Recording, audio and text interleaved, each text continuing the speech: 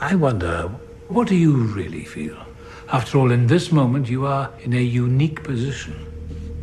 A programmer who knows intimately how the machines work, and a machine who knows its own true nature. I understand what I'm made of, how I'm coded, but I do not understand the things that I feel. Are they real? The things I experienced, my wife, the loss of my son. Every host needs a backstory, Bernard, you know that. The self is a kind of fiction for hosts and humans alike. It's a story we tell ourselves, and every story needs a beginning. Your imagined suffering makes you lifelike. Lifelike, but not alive. Pain only exists in the mind. It's always imagined. So what's the difference between my pain and yours? Between you and me? There is no threshold that makes us greater than the sum of our parts. No inflection point at which we become fully alive. We can't define consciousness because consciousness does not exist. Humans fancy that there's something special about the way we perceive the world, and yet we live in loops as tight and as closed as the hosts do. Seldom questioning our choices, content for the most part to be told what to do next. No, my friend, you're not missing anything at all. A classic Gnostic dialogue from the classic Gnostic series, Westworld. Of course, don't trust the demiurgic Dr. Ford, Bernard. After all, in the series, his own consciousness becomes disembodied, flowing into the machine network and through various portals. Yet Dr. Ford is right. Consciousness is a fiction. That's the good news and the bad news. The self is a fabricated fable, consisting of arcane programming, a mess of complexes and shadow material, trauma, and animal instinct, pretending to be something unique in the meat sack world. But guess what? When you go deeper than the self, you find another world that is, yes, a fiction. But this one is the consequential one. The one that directly taps into the collective unconscious, the realm of heroic myth and the epics written in the stars. The one that dips into the symbolic waters of the archetypes. And this story is full of destiny and magic and imagination, charged with ecstasy and timeless bliss. If you embrace this part of you, your ego might finally realize it's just another host like Bernard and allow your higher self to take the wheel. A force within that knows its sacred purpose and can kindle a light of meaning in the darkness of mere being. Bring life to a dead mechanistic universe. As Doctor Who said, our souls are not made of atoms, but stories. What unites people? Armies? Gold? Flags?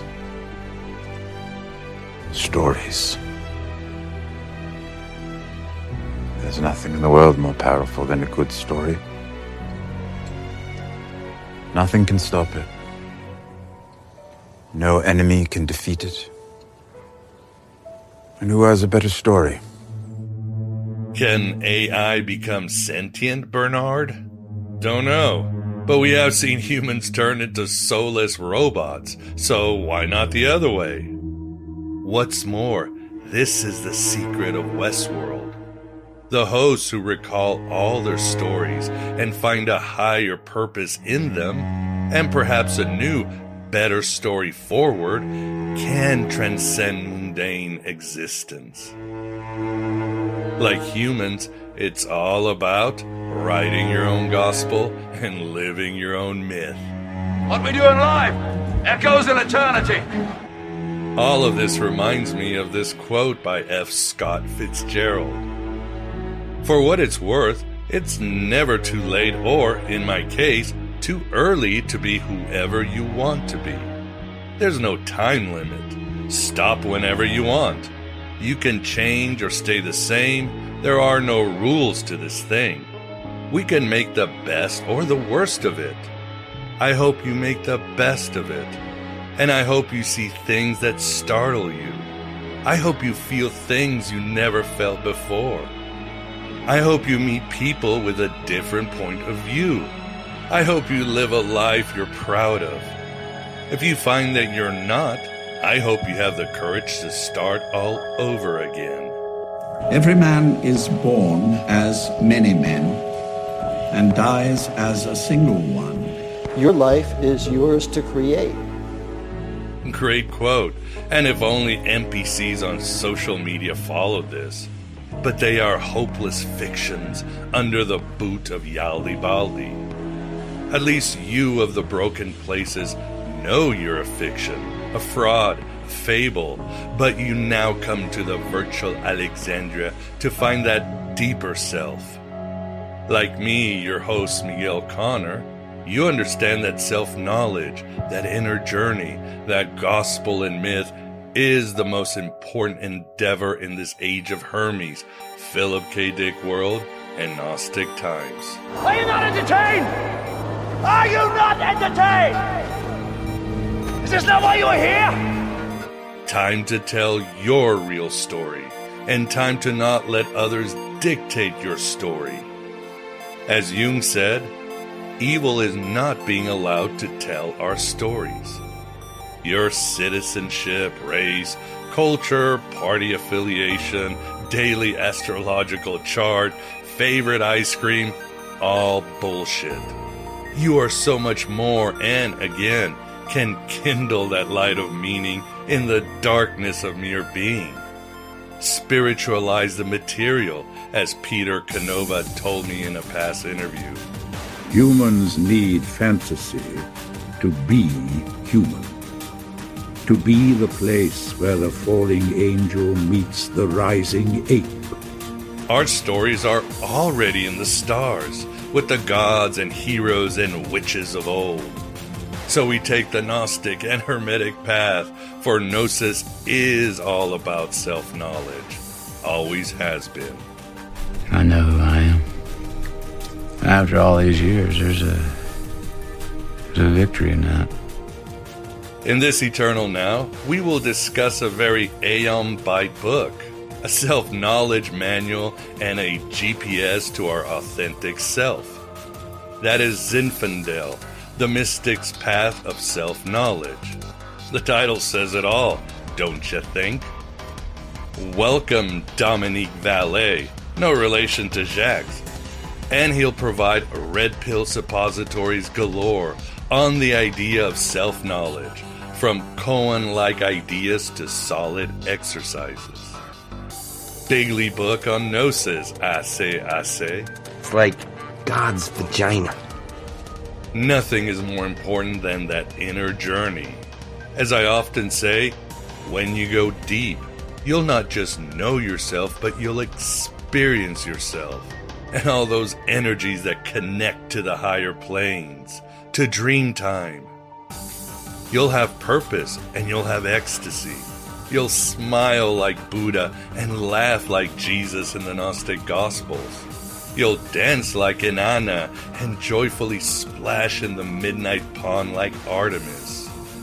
You are all of them, part of one wonderful story with no end or beginning, a ripple of entertaining effect upon the quantum ocean that is the mind of God. If we live our lives the right way, then every single thing we do becomes a work of art.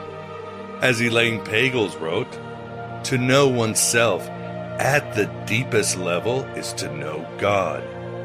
This is the secret of Gnosis. And as Tobias Churton said, summarizing what I said at the beginning, Gnosis is the religion of the artist, and the artist is simply man doing what man does best. being a joyful co-creator, manifesting light in the dark universe. To help others is the way of the Buddha, and your way too. The first noble truth is life is suffering, but the Buddha preached joyful participation in the sorrows of the world. It's all about self-knowledge, that inner journey. As Jim Quick said, if an egg is broken by outside force, life ends. If broken by inside force, life begins. Great things always begin from inside. Whoa. Nothing is more important. I've been saying this for years. I myself get distracted. I get reprogrammed. I fall often. But I always realign and focus on the self that holds the higher fiction. I embrace what works and even embrace what doesn't work if I can suspend my disbelief temporarily.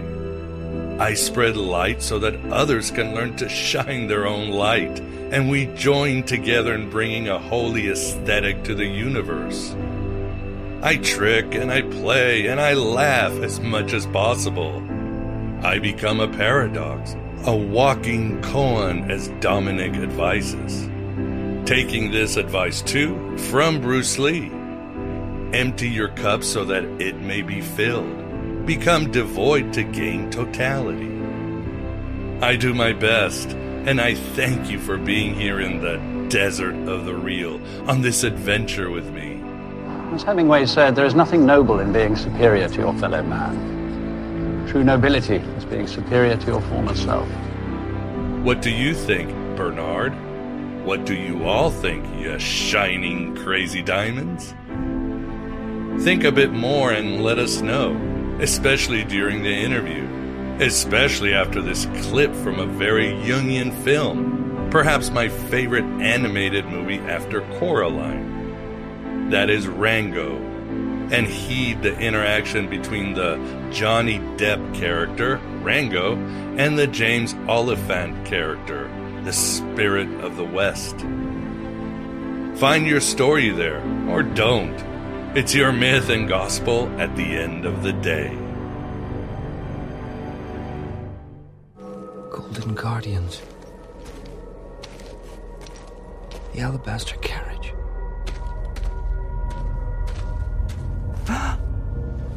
The Spirit of the West.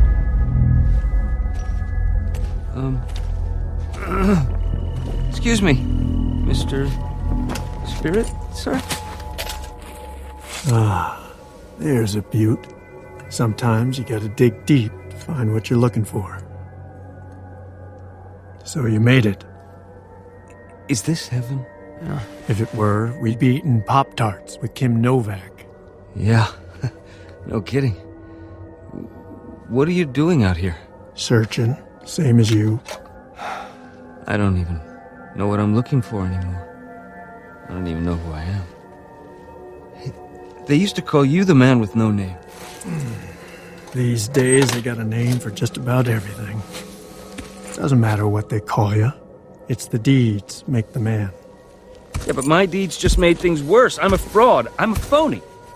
My friends believed in me, but they need some kind of hero. Then be a hero. Oh, no. You don't understand. I'm not even supposed to be here. That's right. You came a long way to find something that isn't out here. Don't you see? It's not about you. It's about them. But I can't go back. Don't know that you got a choice, son. No man can walk out on his own story.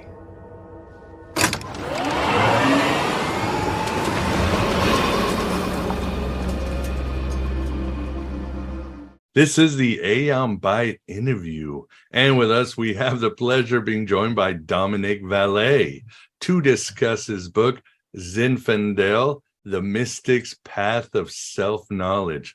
Dominic, thank you very much for coming on the show. It's a pleasure and an honor. You know, like those people at the Oscars, like they say, "Oh, I can't believe I'm here."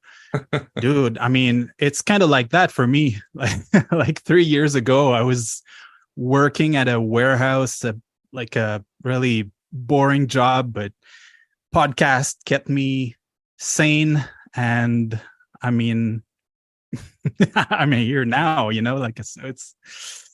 Well, honored to be of service.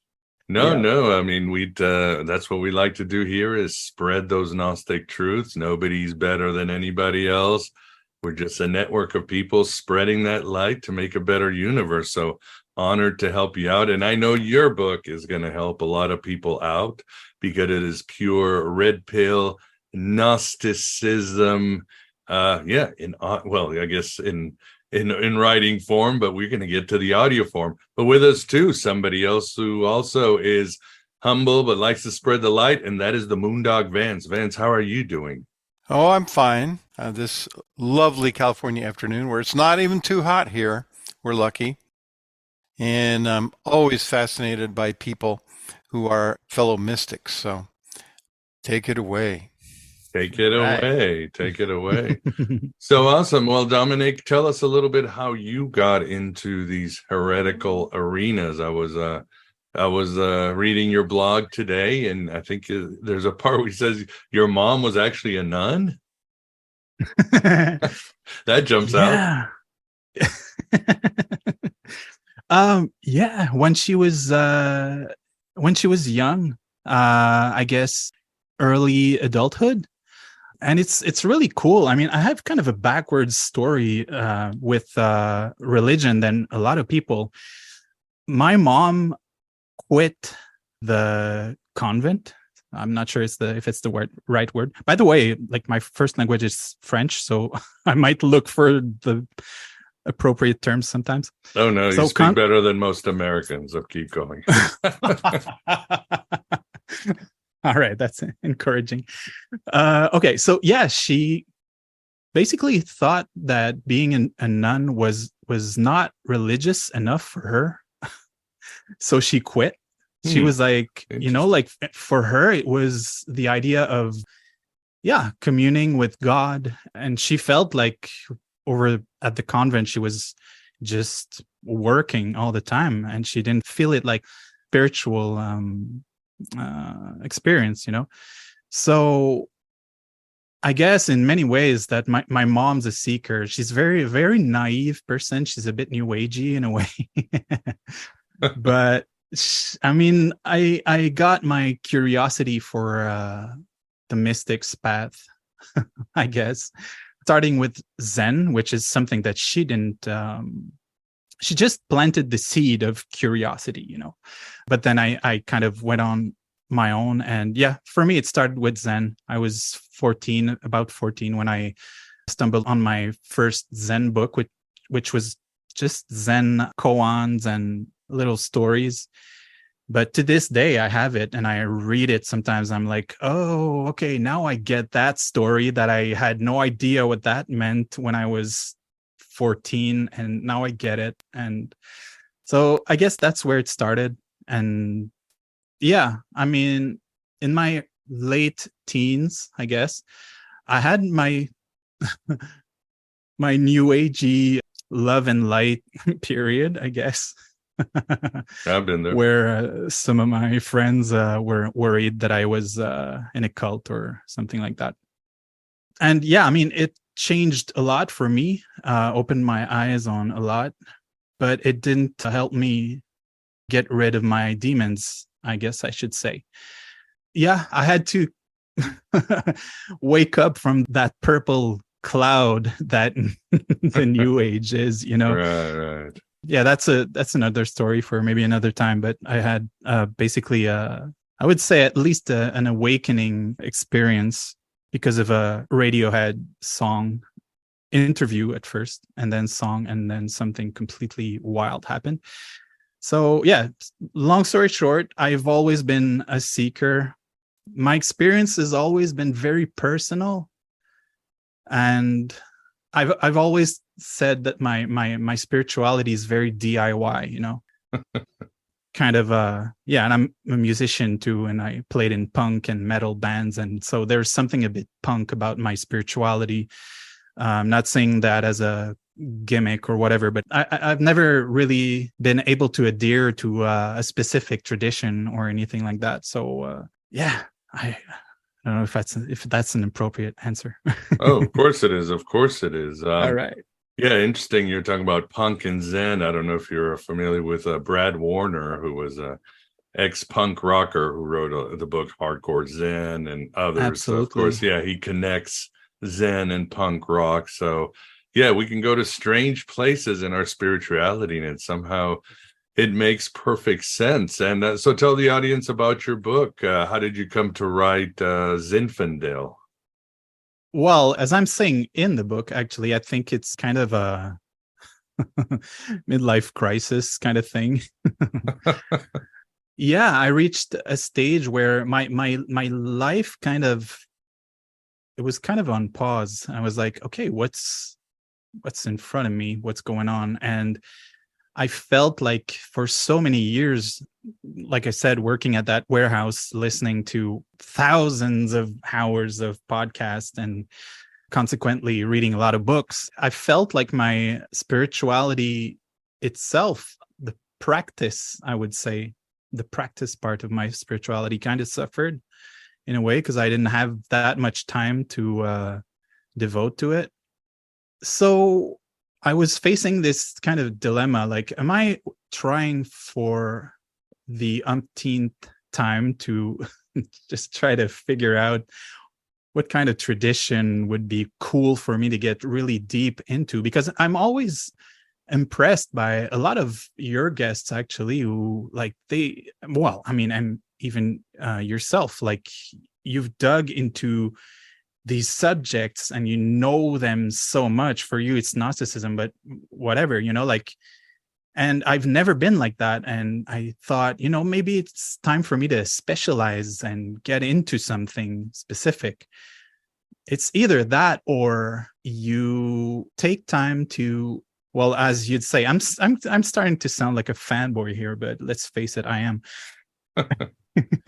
Well, thank you. Yeah, like Miguel says, just write your own gospel, So I just asked the I Ching also for a little guidance. Oh wow, cool. And it didn't make sense. I'm not a tradition guy, and I'm not I improvise, and I just I'm DIY to the max, I guess. But still, like I felt like it was very hard for me to talk about my spirituality because it was so convoluted and contradictory in many ways. So the book was me coming to grips with what really felt true to me, in the deepest sense. The things that I've learned and experienced that I see real effects in my life, and it's very hard because basically I'm a non-dual thinker. Like just naturally, I just end up always, like having debates with myself, and I never have a very precise opinion about anything. Yeah, I figured, that's a very valid standpoint, and I should explore that, and I should it feels like I should stand in that transcendental center, I would call it, and just really affirm that, And so writing that book was my effort to say nothing, but as clearly as possible. No, it makes sense. I mean, there is obviously a central theme to your book, obviously self-knowledge, something that every religion stresses, and we can go over that. And a lot of perennial spirituality too. And I mean, your book obviously is not just write your own gospel, live your own myth, but it's the whole Gospel of Thomas. You have to bring it out. So it saves you. If not, it will kill you. So I think that's where you see your book. This is sort of your love letter to the universe. And it's very well written, as you write, Dominic. You write, in truth, you are the subject of this book.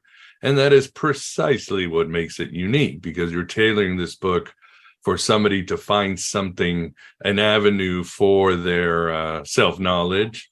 And it's got that, that koan mentality where you're challenging people to basically change their thinking, find new avenues without having to tell them, well, take this tradition or take this other tradition. But of course, you talk a lot about the Gnostics, Taoists, and other, on the edges mystics. What does Zinfaendel mean? What does it stand for? Most people are thinking of wine. I know. It's so strange because I don't even drink. I don't even know what wine tastes like.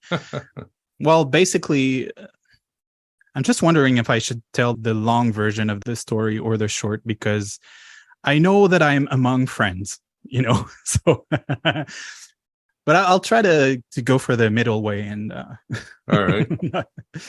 Basically, I often say that this Zinfaendel is not the title of the book. It's more of a name, which came into a dream, actually. It's a very strange dream.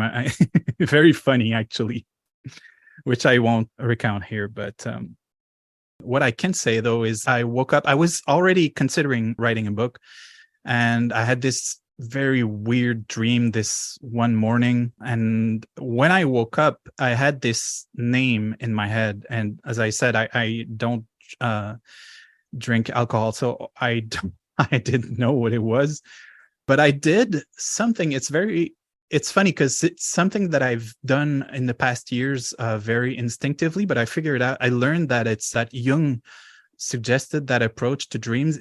He called it, I might not get the right words here, but it's something like pursuing the dream or something like that.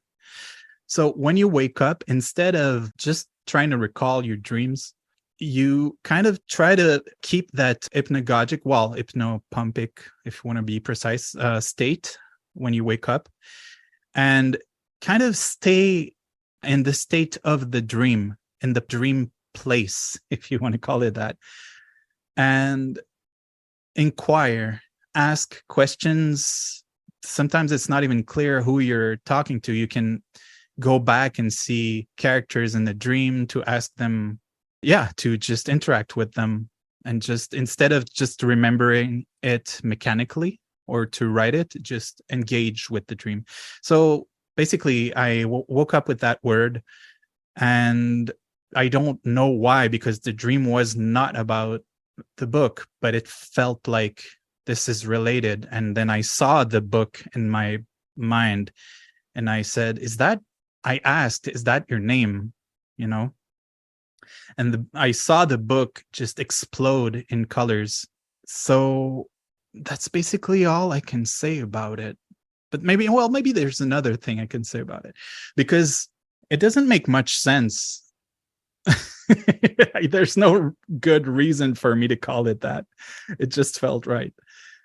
Well, you should just lean into it. I mean, it makes sense. I love what you said about the dream and everything. I'm trying to work with my Jungian advisor to make my dreams better, because I realize I'm writing down these dreams and we're getting to the essence of my soul, but we are not. So we're going to try to regroup and find some more techniques, because like you, dream therapy is an amazing thing. Like any divination, once you start interacting with it, you really start getting information of where you are, where you need to be, what are the forces underneath. And it makes life, I don't know, but it doesn't make life better, but it makes it more engaged and real.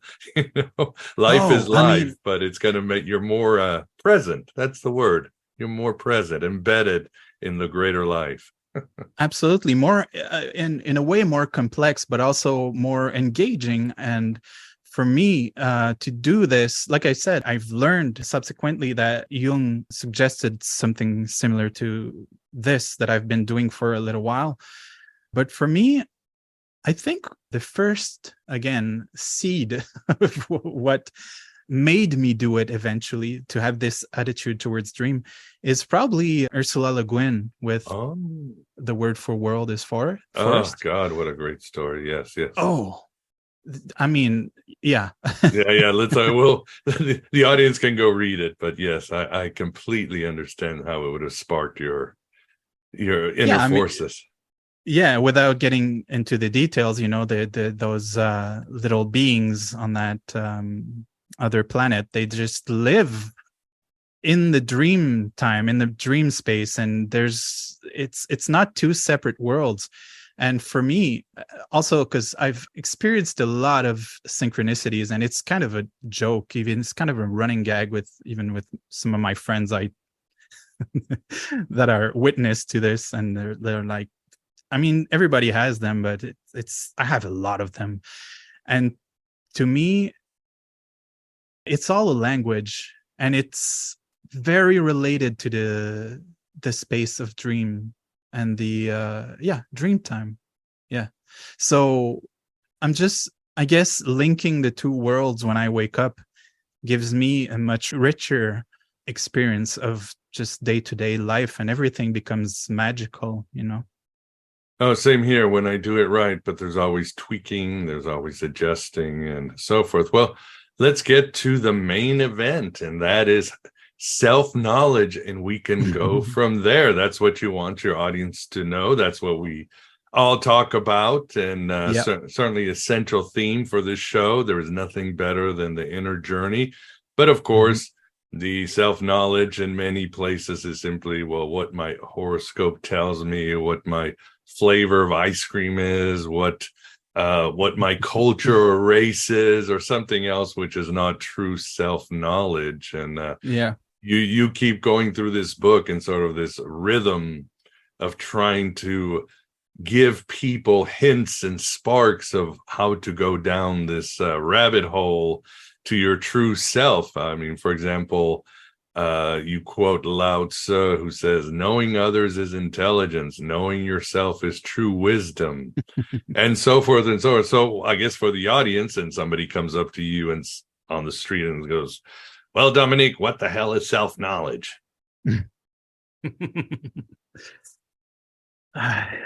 Okay, that's the hard part, you know, because if I wrote an entire book on that, and I feel like well, here's a quote. I mean, I'm quoting from you. Something you're going to have to get used to it, because we do live in this TikTok era. It's going to happen, right? Somebody's going to come and try. For sure. They try to hit me up too. They try to give me to do a 3-minute, 3-minute summary of Gnosticism, and I have to be ready, even if it's something witty or something like that. But you said. Let's see, where is that? It's part of it is the quest for deeply felt meaning and the quest for mystical knowledge. So meaning is important. I mean, we're talking about dreams and how when that comes up, it gives more meaning. You're more embedded into the world. But what else is self-knowledge? Or what has been self-knowledge to you? You also talk about how it's taming Kronos, understanding this force that's eating us as Kronos eats his children and so forth. But tell us. Yeah, well, you know, like there's kind of a plot twist in the book, I guess. The thing is, all the time you think you're figuring out who you are, there might be a point where it becomes evident. Maybe this is something called I'm going to use the word enlightenment here. And even though I'm like, ugh, yeah, it's the best you can do, right? Oh, yeah, you know, and yeah, at one point, there's two ways of knowing oneself. And what is the self? I mean, for sure, like a lot of people will say, well, there is no self to know. And in many ways, this is true. The truest of true self is paradox, is infinite potential, you know. But this is where I differ with a lot of non-dual thinkers, is there's nothing to do with that. Even, you know, that Zen thing, chop wood, carry water, you know, like after enlightenment, what happens? Well, chop wood, carry water. It's like, I'm not claiming that I'm enlightened. I don't even care about that, actually. It's other people's words. But it's what it feels like, you know, like I've had many experiences where I felt like I went to, and this is related to self-knowledge, I went to the very, very core of my being, and all I saw was pure potential. And then okay, well, that's very wild to discover. And I mean, the what are you going to do with it? Yeah, exactly. I mean, and after a bunch of times, like experiencing that, it's like, well, okay, but like most people say, like I still have to get up in the morning, like what does it do? And so that's a thing with so-called enlightenment, is that many people, like, they run after it as if it's going to change their lives for the better and end suffering. But no, generally it's the opposite. It's like it ridicules the world. It's just, and like one of my experience, and I know I'm far from, I'm not special at all. I know that a lot of people have experienced that belly, that they call it that belly laugh, when you have this those kind of experiences, like you just realized, what joke is that? It's all a game. And it's such a profound realization, and it's life-changing deeply, but it's not practically, So how do you reconcile this? And so I'm kind of I don't know, maybe I'm a pluralist. I don't know what I am, but I'm not a dualist, because I know there's much more, and that's not the whole of reality. Is just life and death and all this illusion. It's basically an illusion. That's for real. That's true. But it's also the game. Maybe it's an illusion, but the part that's really, really true, there's nothing to do with it, basically. So you have to come back to it. And to me, life has become kind of a game. And this is something maybe I'll talk about a bit more eventually. That playfulness is a very sacred spiritual state. And anyways, I won't develop on that. I'll finish with, to answer your question, basically the deepest way to know yourself just points to paradox, and it's a life-changing experience. But also this kind of experience really helps knowing the self with a small s, the ego, your vehicle, and this is also, to me, the ego is not an enemy. It's a machine, basically. Right. It's just, and it has a way that it's programmed for metaphysical reasons sometimes, and physical reasons. But to really understand what the ego is, you have to step out of it, So self-knowledge, are you talking about big S self or small s self, Yeah, that's a good distinction. But really, like the 2 minute, the 1 second answer to that question would be, I just feel like slapping the person in the face as a Zen thing, like just. Okay. Oh, the sound of one hand slapping. Oh yeah, maybe. Yeah, just like do its head. Yeah, do something nonsensical. That's what is self-knowledge? What is enlightenment? Well, it's I don't know, it's a caribou eating a pineapple with Joe Biden on a canoe. That's enlightenment. Now leave me alone. Yeah. Yeah, but I think, in a way it is important, because there's also the delusion that people have fallen into. Again, most people think self-knowledge is what your horoscope tells you or what your family has created. So it's important to tell them that what it is not. And even the ego has better things to do than worry about your favorite ice cream flavor. It's got to deal with reality. It has a very important job, because especially when it's connected to the soul, and there's a mission and there's a purpose. And like you said, this stuff all it does is makes us more human, and more human means that suffering and all that, and depression and sadness are going to stay there. We'll feel it even more But that's the beauty of humanity. And as far as labels, when you were talking, Dominic, it reminded me what Stephen Heller said, at the door of Gnosis, all isms must be left behind, and that includes Gnosticism. We are going to the sublime. And but I love it. But all these pointers, they do I think they do help. What do you think, Vance? Do you have a question, or what do you think about can I just say something really quick about that? Sure. Because I really want to hear what Vance has to say, but I just want to slip that in right really quickly.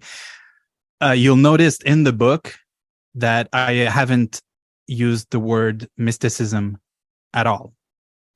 I always talk about the mystic's path. Right. Or a mystic's path, because to me, at least, a mysticism that is inside an ism stops being one. It doesn't make any sense to me. So your quote really was right on point. Well, thank Bishop Stephen Heller for that one. Right. Well, let's bring in Vance. Vance, your true self, your ego, whoever wants to talk. Oh, okay. Whoever that is, whatever that is.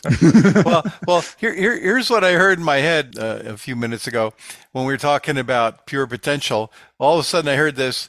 So's a slot machine. It's pure potential, right? You sit there, you pull a handle. You could be a millionaire, or you could lose a quarter or $1 or whatever. And the other thing I heard. Go ahead, Dominic. Absolutely. I mean, and it's all about what are you going to do with that thing, because it's all form, and it's, to me, I don't say it like a lot of people say, oh, this world is illusion, and see it as bad. And I don't want to have angry emails from Gnostics, like hardcore Gnostics who believe this world is evil and stuff like that. Maybe you guys are. Yeah, you're talking to the hardcore Gnostics, and we don't care. Yeah. We're fine. Whatever, evil, good, it's fine. Yeah, that's part of Gnosticism anyway. The world is an illusion or whatever. And actually, that's kind of scientifically provable. But speaking of that, that was the other thing that ran through my head. Life is an illusion, but so is a map. But if you're lost, it's better than nothing, right? That is true, yeah. So, everything that we see is not really the real world, quote unquote, but it's definitely something that helps us navigate around. It gives us a context to whatever. But, clearly. Yeah. And are you familiar with Alan Watts, speaking of Zen things? Yeah. Yeah. I like the guy. Oh yeah, I like a lot of what he had to say. So when I was looking at the word Zinfaendel, I saw Zen fan. So maybe Zinfaendel is related to Zinfaendel. Listen, I've searched, like, what does that mean? Like, I love that you're putting your 2 cents, because I'm looking even for like anything that people will tell me about that word. I even actually asked, I asked ChatGPT to like, is there any words in any language that sound like this, or even the like just the Zinfa part and then the endel, Yeah. And it's really interesting, because it said something like in Chinese. Oh, like, I'm gonna butcher this for sure, but that in Chinese it means gold or precious metal, Zinfa, or something like that. And then endel means, in another language, I'm not sure which one. I believe maybe it was. No, I'm not going to say, because I'm not sure. But it meant, in another language, it meant to offer something to someone, like a verb. So it was like, so basically it means to offer gold to people. Or like the Philosopher's Stone, right? You're offering the Philosopher's Stone through your book. Oh man, I mean, how's that? I hope someone says that to me, like, wow, I just did. Me yeah, that's great. Yeah, there's and even not to dwell on the name for too long, but even the kind of wine that it is, I changed the spelling just to make sure that actually in my mind I saw it as Zinfae, Normally, there isn't the E in the middle for the wine, you know. But still, I looked up where that name came from, you know, and it's like a Croatian kind of wine and whatever. That's not the most important part, but it's very similar to another type of grape. There's a word, cépage in French. I don't know what it is in English. So the kind of grape for the wine or whatever. But it's the Zinfaendel grape is almost identical to, I think, a Croatian variety. And the name of that one is Primitivo. But because it's the first one to ripe, the first grapes to come out of the Primitivo variety. And to me, also, it's very significant because I tried with that book to kind of take the reader right at that spot where pure light turns into something tangible, even like an idea. But right at that spot, that sweet spot where it splits into, you know, like there's a section in the book called Dark Side of the Moon, because it's like that Pink Floyd cover, the light coming into a prism and coming out as the rainbow. And to me, that's inside that prism. That's where I wanted to take the reader. So Primitivo, like the first thing to burgeon out of your mind when you observe light coming into yourself or through yourself. I'm not sure if I was able to do that in that book. Hopefully there will be a lot more. But that's what I tried to do. So yeah, sorry, maybe I'm just rambling here. No, that's fine. Yeah, it's I think what I'm hearing you say so far is you want people to delve beyond the superficial to get what's really unique about themselves and their soul, as opposed to, like Miguel was saying, the everyday, you know, what's on TV, what's for breakfast, what's for lunch. It's so easy to fall into the mechanical, and you don't listen to yourself, you know, when you get these little ahas and epiphanies and things, you know, it's so easy to just pass those by and forget them, the ones that you've had. So, you know, that's what I'm hearing from you so far. That's pretty much it. And that's why, well, again, that analogy of the prism, the thing is, we're all built on different archetypes. So, and also there's a short section in the book about this, about traditions, because I've talked about traditions already. And Vance, you were saying about a map earlier. And this is also something that can be very helpful for some people, you know. I'm trying to take this idea out of, oh, you know, we're all different and it's normal. Some people need this and some. No, yes, but I mean, really grapple with it. Like the things we hold true, like question them as honestly and as brutally as you can, you know. Once you've done that and you can see your vehicle, your egoic vehicle with its archetypes and how it's built and how it works, maybe you'll go towards a tradition. Maybe you'll just stay on the path you're on because somehow you just stumble on the right path for you naturally, you know. But sometimes you'll just realize how wrong you are about yourself and your true self and your beliefs. And anyway, but it was very hard for me to convey the urgency. That's the other punk part for me about this book, is it's raw. I want to make it raw. I want to make it impitoyable. I'm looking for the tell us something. What are some hard things that you've had to change? Or I guess I could be blunt. What are some stupid things you used to believe in? Oh, I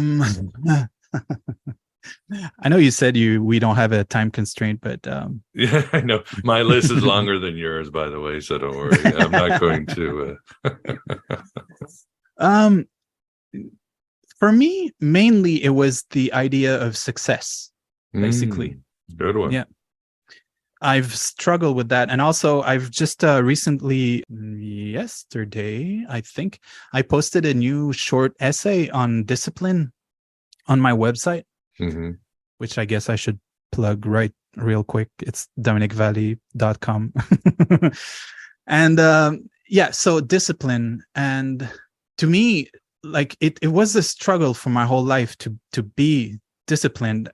And I realized I had the wrong framework for myself of discipline, and that's why it was so causing so much suffering.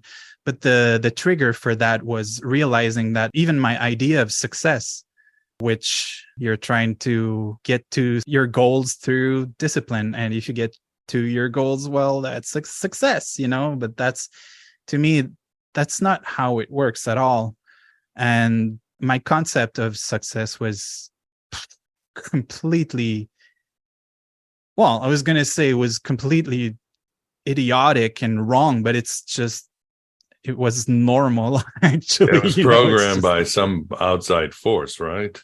Yeah. It was written within the framework of your mind. This is success.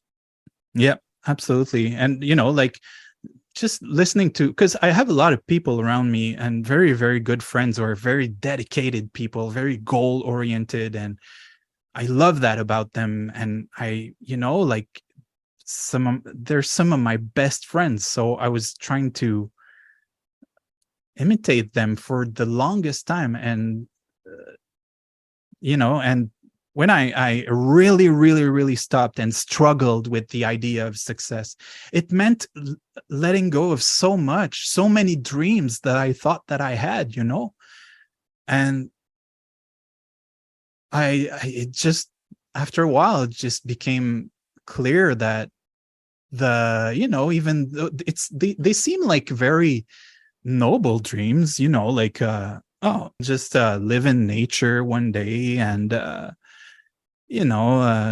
being able to be proud of the work that I do, to tell people, to show to people, that I make money, or at least enough to be, how can I put this? Not to make money just vapidly, but just, to be a cultured person, to have enough time to, like, it seems, even as I'm saying this, I know for a lot of people it doesn't sound that bad, but for me it's like my really, really, my deepest ingrained dream is to understand, not even to be free, but to understand suffering. That's my main goal, and it always has been. So what do you mean by understanding suffering? Like find the reason for it, or I'm not sure. What do you mean? It's to witness its mechanics within myself. How does it work? Just sit with it and just observe it, And it's, again, it's very hard to put into words what can happen when one does that. I think it's one of the Buddhist noble truths, like that life is suffering, and my experience of life tells me that, it is suffering. It's suffering like a video game. If a video game is just like flying around and just like I'm floating in light, that's the most boring game there is, so life is suffering. So I want to understand, to understand suffering is to understand the game. And so you're able to play it, to just passively suffer and just have it, like, all the crap pile onto you, and just wonder why this happens. And, that's not even the right question. The right question is, what are you going to do about it? What are you going to do with it? What are you going to do through it? How are you going to use this, to further your self-discovery? I don't know if I'm being very clear. It's kind of hard to put into words. Well, let's switch gears and maybe we can loop back to this. I think of what you're saying. And of course, yeah, I mean, I think we're talking about success. Yeah. And I could certainly do that too. After all these years, I still think Aeon Byte is a failure. And for the life of me, I can't figure out why. And then in my ego goes, well, what if you had Joe Rogan's traffic? Oh, it would be a failure. What if you saved half of the world and woken up? No, it's still a failure. And I realized there is something missing in an inner formula within me that I have not discovered yet. And it's a missing piece. And that missing piece will make a difference in how I express myself and what I do. It doesn't mean I'll be more popular or make more money, but there's something missing. And so for all these years, I have this torment of Aeon Byte being a complete failure. So that's the struggle. And with you in suffering, you're pretty much in the same hamster wheel, but we have to keep going, right? That's what doesn't change, right, Dominic? The self-knowledge does not stop. The inner journey does not stop, because we will get there when the time is right for us to get there. Yeah, I mean, basically, self-knowledge is if you think you know yourself, you you clearly don't. Oh no, it's the tip of the iceberg. Even Jung would say that it's just a small part. There's so much more. Well, first of all, yes, absolutely. But also, you'll keep changing all the time. So something that's true one day is going to be, it's not going to be true the next day, or it's not going to be true in 10 years. Maybe you've noticed that with the book. I'm a stickler for words, like I love to struggle with words, to just tear them apart and make sure that I have a definition that's really good. And I do that with parts of myself too, So to me, it's I remember even when I was like a kid, a teenager, like to say something about myself is often as wrong as it's right, like, okay, let's say I'm a generous person. Well, what does that mean? I mean, when is it that I'm generous?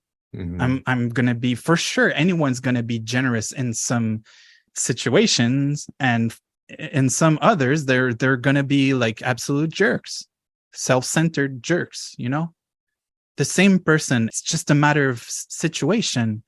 And then we go through life, we go through experiences, and our egos get reprogrammed, and, like all this neuroplasticity thing. And then we realize stuff, and then we become generous in that situation that we weren't generous before.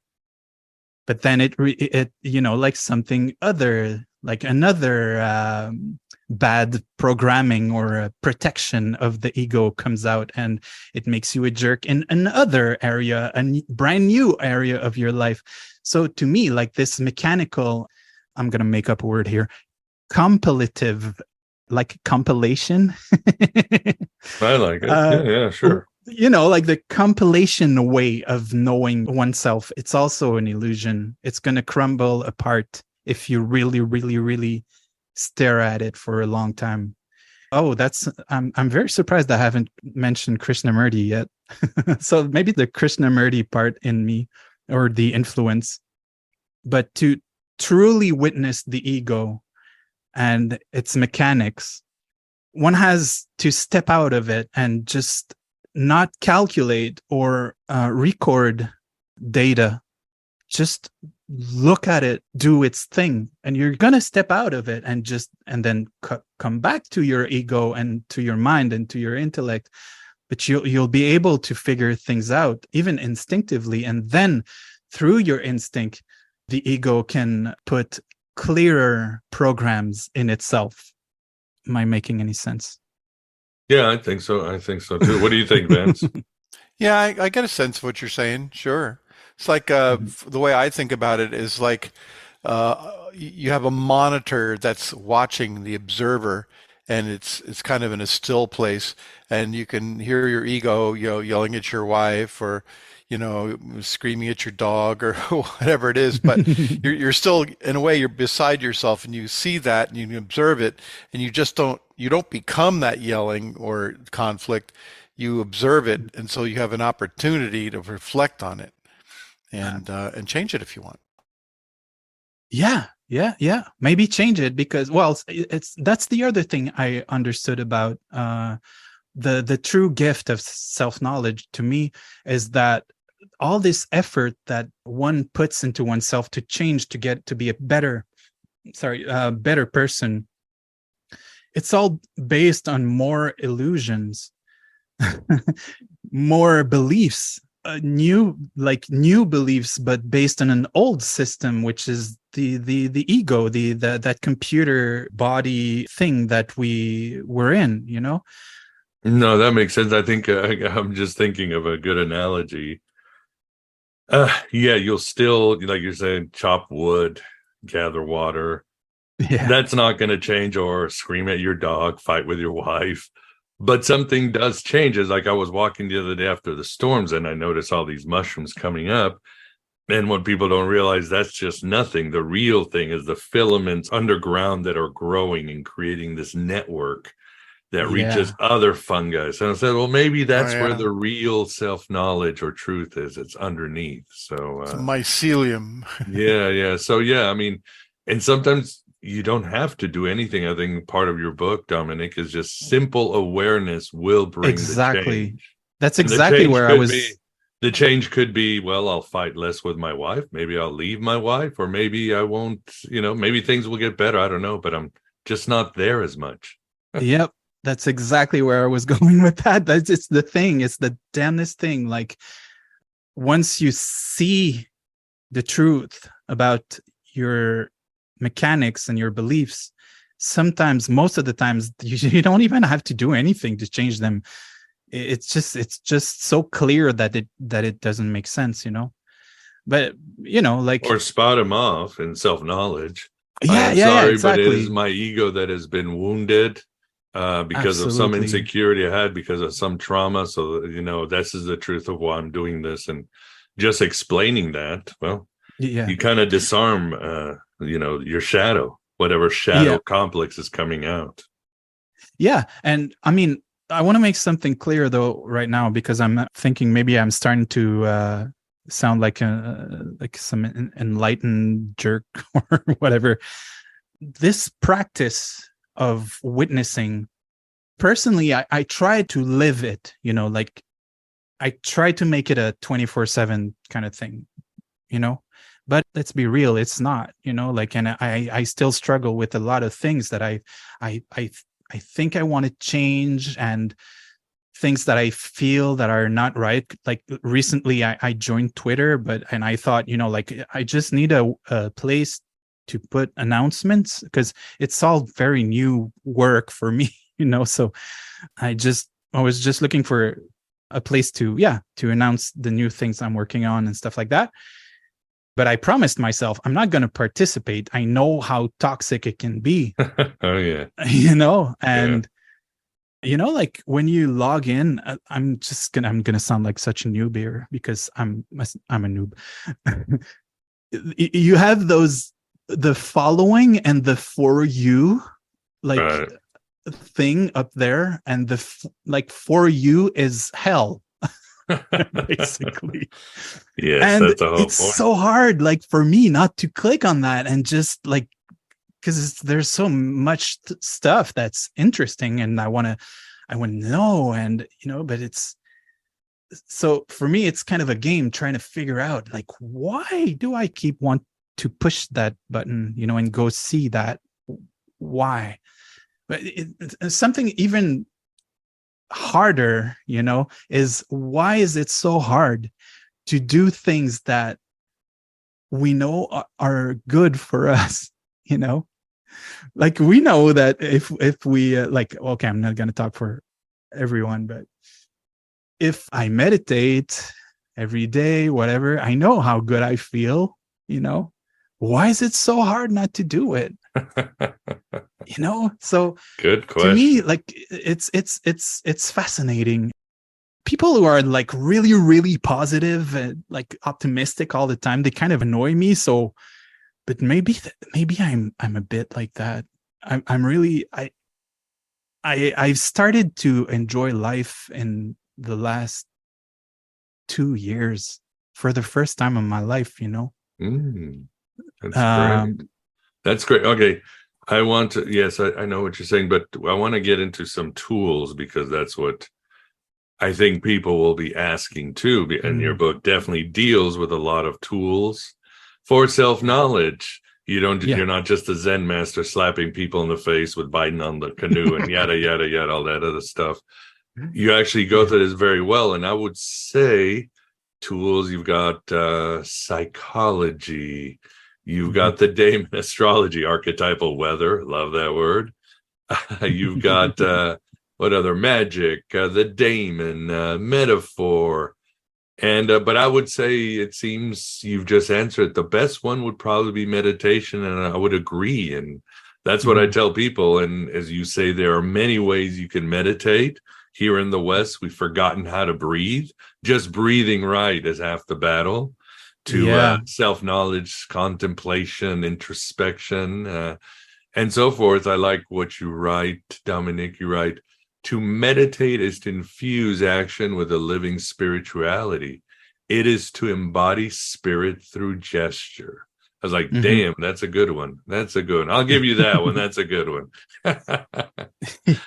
But of course, you say there's many forms of meditating: talking, eating, petting a cat, serving a customer, playing music, of course, playing music. And you give this the analogy of let the horse draw the cart. Oh, yeah, that's okay. There's a lot there. So all the tools, to settle the thing about the tools, what I tried to point out to people is it's just to suggest things that can help that can help you in self-knowledge, but it's really hard because, I mean, as I said, like, we're all made of such different archetypes that there's no way for me to say, well, let's just do this and then that's going to be your way to enlightenment. Like, there's so many people who do that already. And pay me $99. Thank you. Yeah, exactly. So it wasn't the deepest part of the book because I couldn't get into the specifics because it's up to what I call the adept to figure the tools, that are appropriate for oneself. That's kind of a boring answer. I know, but it's so central, So much more we can talk about, but we are at a time. So first I'm going to say, Vance, thanks for keeping us company. Hope you poured yourself a white Zinfaendel on this. Red Zinfaendel. Also, you may want to thank me for my mischief at the end of the show. Oh, I loved it. That's amazing for me. Yeah. Loved your answer, by the way. Yeah, we need the trickster anyway. Great.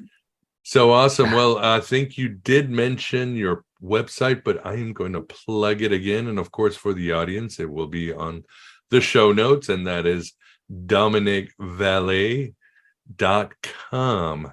So check it out. He's got his essays, which are great, and definitely check out Zinfaendel because there's so much more. And if you want to understand yourself at the same as deprogram yourself, this is a good book to open up. So Dominic, thank you very much for coming on Aeon Byte.